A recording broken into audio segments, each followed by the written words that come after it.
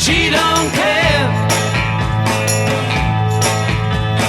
She said that living with me was bringing her down, yeah. She would never be free when I was around.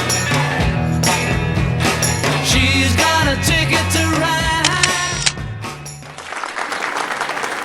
Bu Asmawati, dulu Bapak kumisan ya? Sekarang enggak, dulu yang bikin jatuh cinta kumisnya jangan-jangan tapi. Kita undang langsung Bu Asmawati.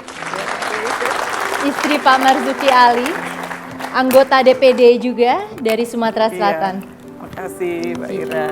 Silakan. Pak Marzuki, katanya dulu Bapak sama Ibu itu sebenarnya bukan cinta pada pandangan pertama, tapi karena dijodohkan. Benar begitu Pak? Ada benarnya dan ada juga tidak benarnya. Kita mulai yang benarnya dulu Pak. Yang benarnya itu kita pernah duduk berdua di yudisium, kemudian orang tua duduk berdua, dan orang tua berunding rupanya. Yang membuat Bu Asma suka sama Pak Marzuki apa sih? Cerdasnya. Dia cerdas, cool orangnya. Waktu itu katanya Ibu sempat ragu karena Bapak terkenal playboy. Bener nggak Bu? Playboy tapi saya yang dapetnya kan. Pak Marzuki katanya malah kalau ngapel ke tempat Bu Asma itu nggak pernah malam minggu. Karena malam minggunya ngapelnya ke tempat perempuan lain. Ini mana yang benar, mana yang enggak nih Pak? Ngapelnya sama dengan Pak Iskandar itu. Cari temen ya Pak. Ya betul, kita sama-sama. Kita sama-sama itu bertiga berempat ngapel satu rumah, ada empat saudara gitu. Tapi Pak Marzuki, pada akhirnya memutuskan pilihan pada Bu Asma. Apa yang membuat Pak Marzuki yakin bahwa Bu Asma adalah yang terbaik? Pertama, bagi saya adalah orang tua. Saya ingin ada kesetaraan, makanya saya cari di mana. Karena orang tua saya bukan orang yang sekolahan, saya cari juga mertua saya yang bukan sekolahan. Jadi otomatis bicaranya nyambung. Jadi kalau yang satu tinggi, yang satu rendah, susah bicaranya. Jadi sampai sejauh itu Bapak mikir? Betul, karena saya tidak mau rumah tangga rusak karena orang tua yang tidak cocok. Tapi kalau Bu Asmanya sendiri, apa sih yang membuat ketertarikan Pak Marzuki? Orang tua tadi ada ceritanya sendiri. Bu Asmanya? Saya nggak tahu ya, tapi yang jelas saya jalanin saja. Saya jalani dan disuruh nikah, suruh berkenalan, ya 4 bulan kita kenalan, ya saya jelaskan semua, nggak ada yang manisnya. Saya jelaskan sama istri saya, waktu itu saya punya adik, saya 12 saudara, saya punya adik ada 9 orang yang merupakan tanggung jawab saya. Tentu kehidupan tidak mudah dan semuanya berat. Ya kalau mau dengan saya harus siap berkorban. Semuanya pahit, semua saya sampaikan. Bu Asma nggak takut waktu keterus terangan seperti itu? Kayaknya enggak ya, karena udah jodoh kali.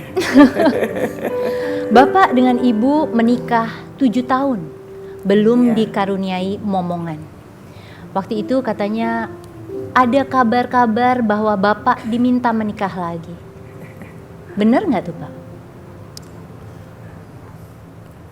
Saya di sana. Bapak boleh jawab, Bu Asma. Ya kalau di keluarga kita biasalah di Sumatera Selatan kalau kita menikah belum punya momongan itu pasti ada suara-suara demikian. Tapi bapak saya tegas menyampaikan jangan bicara yang tidak baik. Anak itu adalah titipan Tuhan, amanah Tuhan. Kalau Tuhan mau memberi kapan saja dan di mana saja. 7 tahun akhirnya punya momongan.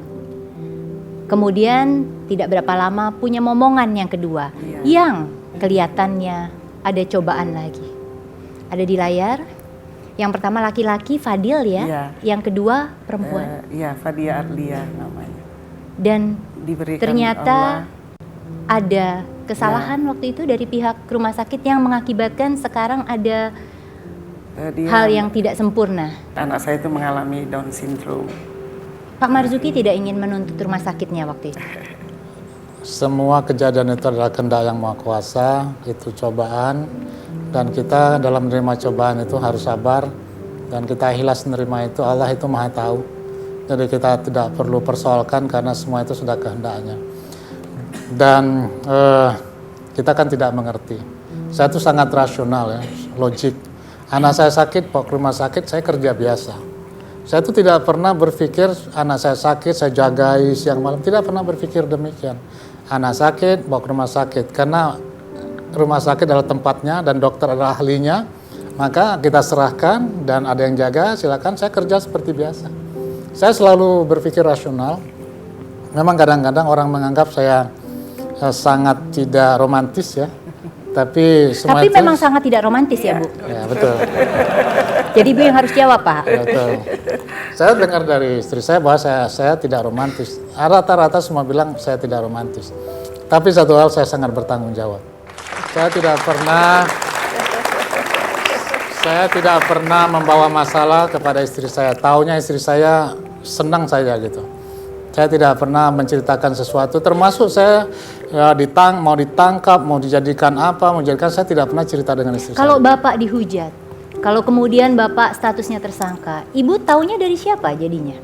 Dari media? Dari media. Bagaimana perasaan Ibu? Ya kita khawatir, tapi karena beliau yang merasakan ya, beliau tegar, ya kita juga harus ikut tegar. Ibu sekarang jadi politisi karena ikut Bapak juga? Oh enggak, duluan saya terjun. Ya kebetulan waktu itu memang Bapak yang mensupport saya, karena kita tahu ya DPD RI itu kan lembaga baru ya. Waktu itu saya masih salah satu pimpinan perguruan tinggi, dan ada kesempatan ada lembaga baru DPD RI, saya mendaftar sebagai anggota DPD RI. Dan karena istrinya DPD, Bapak dianggap salah satu pembaharu, berpikir memang bikameral murni untuk lembaga DPR dan DPD. Nah, Pak Marzuki sekarang sama Ibu, biasanya kalau misalnya lagi santai, walaupun nggak romantis, katanya sering nyanyi bareng. Ibu atau Bapak nih sebenarnya sering nyanyi? Yang jelas begini, saya itu, ini teman-teman, saya tuh nggak bisa bernyanyi. Dan Tapi jadi politisi bukannya harus bisa nyanyi Pak? Apalagi kalau misalnya saya belajar, Dewan Pembinanya bisa membuat lagu dan ya suka saya bernyanyi. terpaksa belajar bernyanyi karena di rumah ada istri saya yang suka nyanyi. Nah, supaya bisa ngimbangi ya saya harus belajar lah.